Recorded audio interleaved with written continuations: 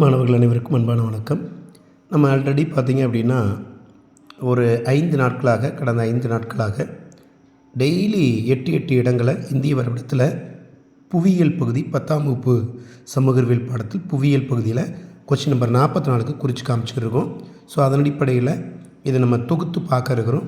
இது நம்பர் 1 வரைபடம். அதில் மலைமண், தார் பாலைவனம், தக்கான பீடபூமி, லட்சத்தீவு, சென்னை பன்னாட்டு விமான நிலையம், தெற்காசியாவின் டெட்ராய்டு அப்படின்னு சொல்லி கேட்கலாம். வாகன தொழிலகம் அதிகமாக உள்ள பகுதின்னு சொல்லி கேட்கலாம். சோட்டாநகரி பீடபூமி, அதே மாதிரி சுந்தரவனம் காடு. சரிங்களா? ஸோ இது முதல் பதிவில் நம்ம பார்த்தோம்.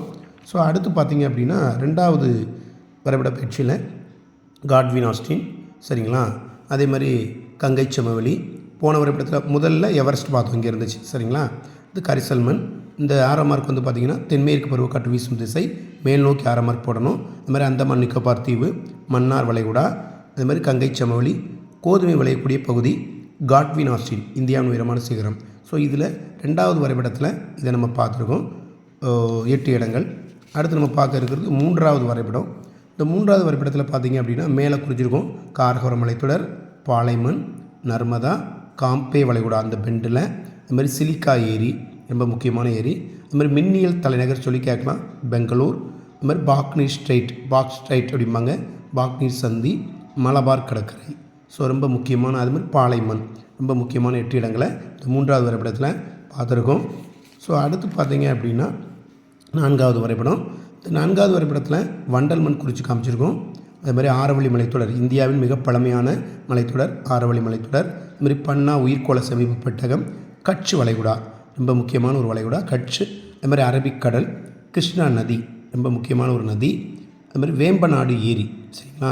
சிலிக்கா ஏரிங்கும் போது இங்கே இருக்குது. வேம்பநாடு ஏரி, அகஸ்திய மலை. இது எப்படி கேட்பாங்கன்னா உலக உயிர்கோள மண்டலம் அப்படின்னு கேட்டால் அகஸ்திய மலையும் குறிக்கலாம். அது மாதிரி நிறைய இருக்குது. இருந்தாலும் அகஸ்திய மலை மட்டுமாவது ஞாபகத்தில் வச்சுக்கோங்க. டைரெக்டாக அகஸ்திய மலைன்னு சொல்லியும் கேட்கலாம். ஸோ கொஸ்டின் நம்பர் 4 நம்ம பார்த்துருக்கோம்.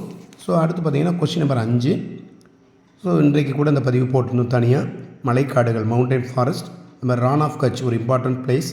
அது மாதிரி இந்த 6 மார்க் கீழ் நோக்கி போட்டிருக்கோம். இது வந்து என்ன அப்படின்னா வடகிழக்கு பருவக்காற்று சரியா வீசக்கூடிய திசை. இது மாதிரி கீழே பார்த்திங்கன்னா காவேரி ஆறு அடிக்கடி கேட்கக்கூடிய ஒரு ரிவர் இது. அது மாதிரி பழவேற்காடு ஏரி, விசாகப்பட்டினம். சரிங்களா? ரொம்ப முக்கியமான ஒரு கப்பல் கட்டும் தளம் சொல்லி கேட்கலாம். பாரதீப், இதுவும் துறைமுகம் ரொம்ப முக்கியமானது. பாரதீப்னு டைரெக்டாக கேட்கலாம். அது மாதிரி கொங்கன் கடற்கரை, அவுட்லைன் வந்து அவுட்லைனுக்கு வெளியில் குறிக்கணும். கொங்கன் கடற்கரை, Rann of Kutch very very important ஒரு பிளேஸ் இது. சரிங்களா? ஸோ வடகிழக்கு பருவக்காற்று வீசும் திசையை பாக்ஸ் போட்டு கீழ் நோக்கி 6 மார்க்கை நம்ம போட்டிருக்கோம். ஸோ இதை நான் எதுக்கு சொல்கிறேன் அப்படின்னா, இது வந்து தொகுத்து 5 மேப்பையும் உங்களுக்கு நான் கொடுத்துருக்கேன். கிட்டத்தட்ட 40 இடங்கள். இன்னமும் அடுத்தடுத்து உங்களுக்கு வீடியோ தர இருக்கிறேன். ஸோ கண்டினியூவாக நம்முடைய சேனலை பாருங்கள். இதில் வந்து டிஸ்கிரிப்ஷனை பார்க்க மறக்காதீங்க. டிஸ்கிரிப்ஷனில் இந்த 5 வரைபடத்தையும் தொகுத்து PDF வடிவில் கொடுத்துருக்கேன். ஸோ அதை நீங்கள் வந்து டவுன்லோட் பண்ணி வச்சு நீங்கள் குறித்து பார்த்துக்கலாம். ஸோ தேவைப்படக்கூடியவங்க எனக்கு வந்து கமெண்ட்ஸ் பாக்ஸில் தெரிவிங்க அல்லது கால் பண்ணுங்கள். சரிங்களா? என்னுடைய வாட்ஸ்அப் நம்பருக்கு கால் பண்ணுங்கள்.